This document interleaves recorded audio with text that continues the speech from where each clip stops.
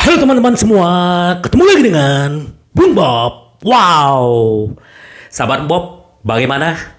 Hasil pertandingan kemarin membuat kita kecewa. Itu udah pasti sahabat Bob ya.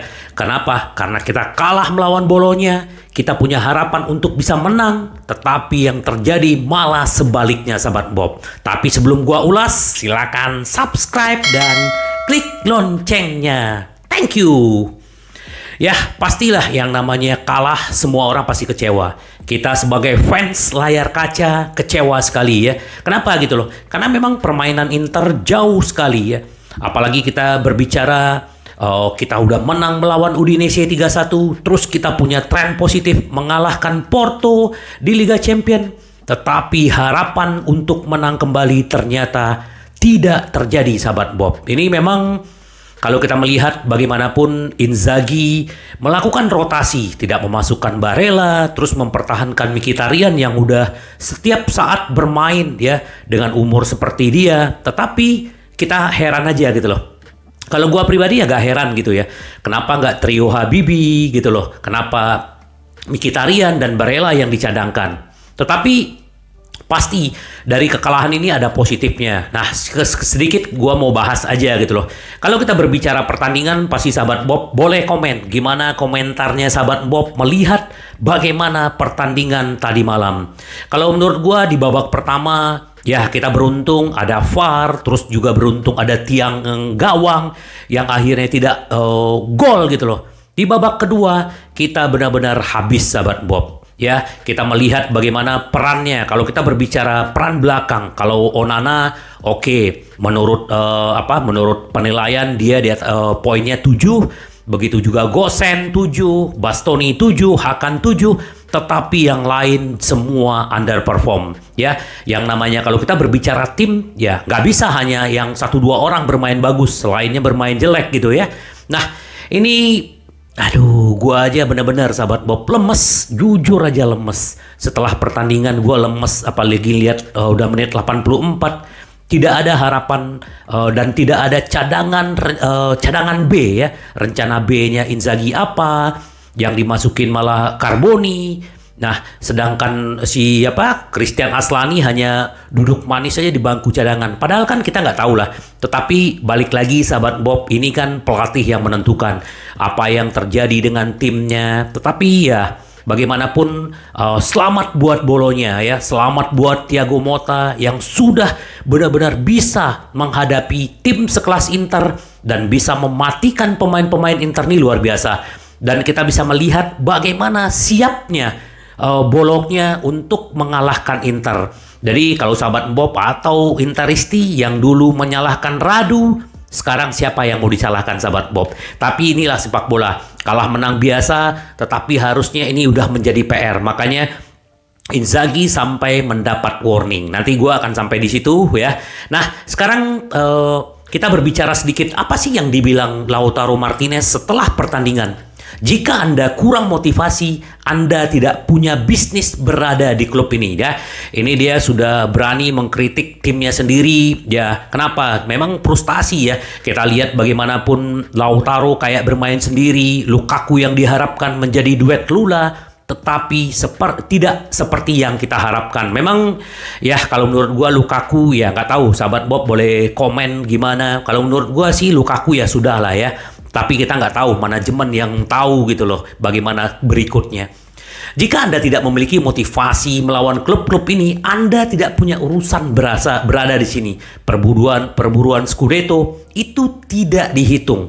Pendekatan kami salah dan mereka melakukan lebih baik dari kami. Itulah mengapa kami kalah. Dan saya minta maaf kepada fans bahwa ya kami sudah berusaha tetapi yang terjadi tidak seperti yang kami harapkan. Kami kurang pendekatan dan bahkan di babak kedua kami terlalu banyak berjuang. Kami bermain sangat buruk. Saya kecewa dengan penampilan. Sekarang kami harus memulihkan energi dan melihat ke depan. Ya, bagaimanapun ya seperti gua bilang tadi, Inter sangat dalam tren positif. 5 pertandingan 1 kali draw, 4 kali menang. Itu artinya luar biasa gitu loh. Dan apalagi kita punya catatan yang bagus melawan Bolonya, tapi hasilnya tidak kita harapkan sahabat Bob. Ya, tetap move on. Dan apa kata Inzaghi?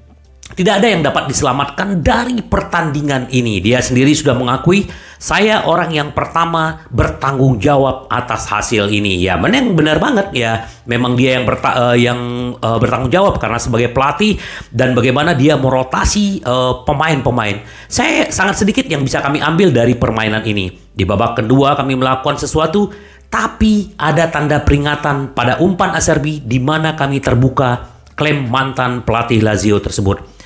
Jadi jika Anda pergi dan melihat setelah Liga Champion, kami memiliki beberapa masalah dan jauh dari rumah mereka menjadi lebih jelas ya. Memang kita tandang kita memang begitu jelek dan ini adalah rekor terburuk kita sejak zamannya Spalletti.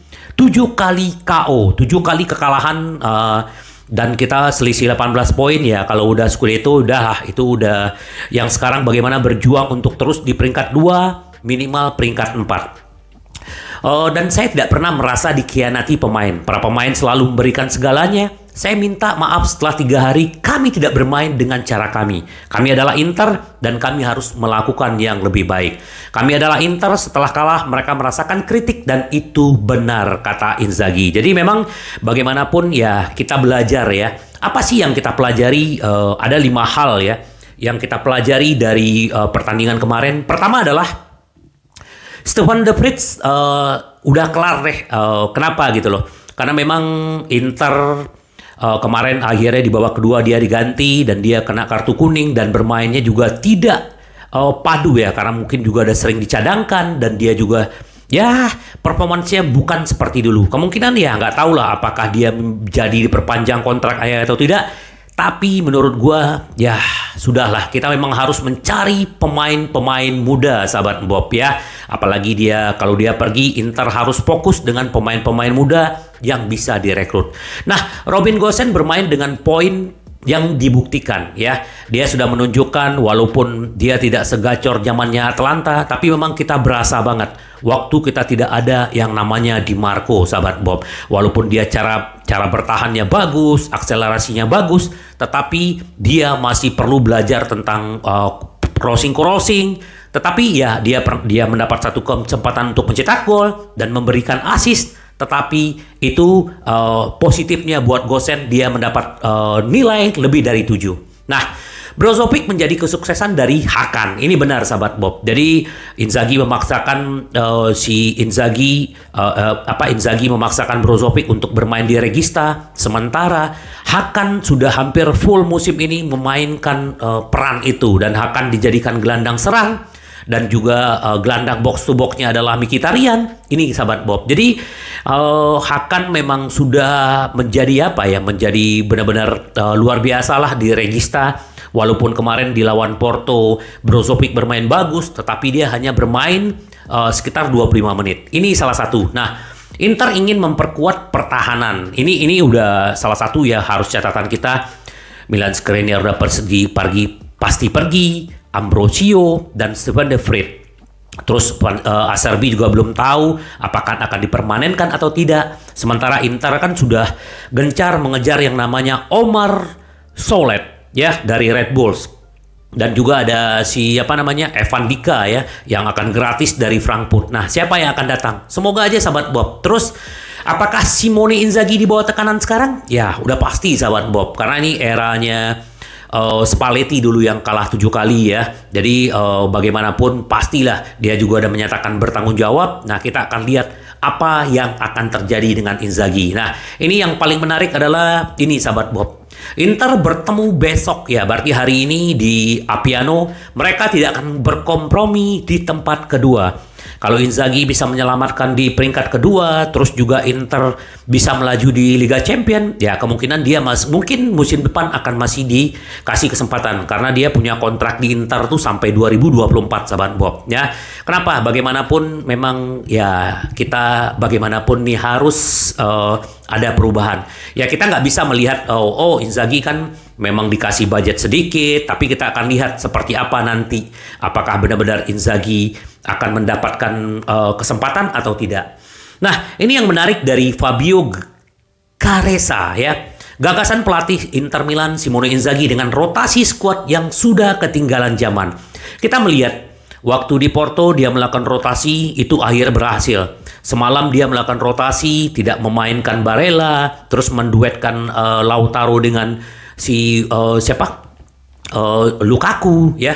Dan bagaimanapun Dumfries juga tidak bekerja dengan semestinya, sahabat Bob. Dan bagaimanapun waktu gol satu gol itu adalah bagaimana umpan di Ambrosio ke Barella dan lepas, dan itulah yang menjadi malapetaka buat Inter, sahabat Bob. Jadi memang kalau kita lihat bagaimanapun kita belajar dari Spalletti, belajar dari Napoli. Dia terus mempertahankan yang namanya squadnya dia yang sudah jadi.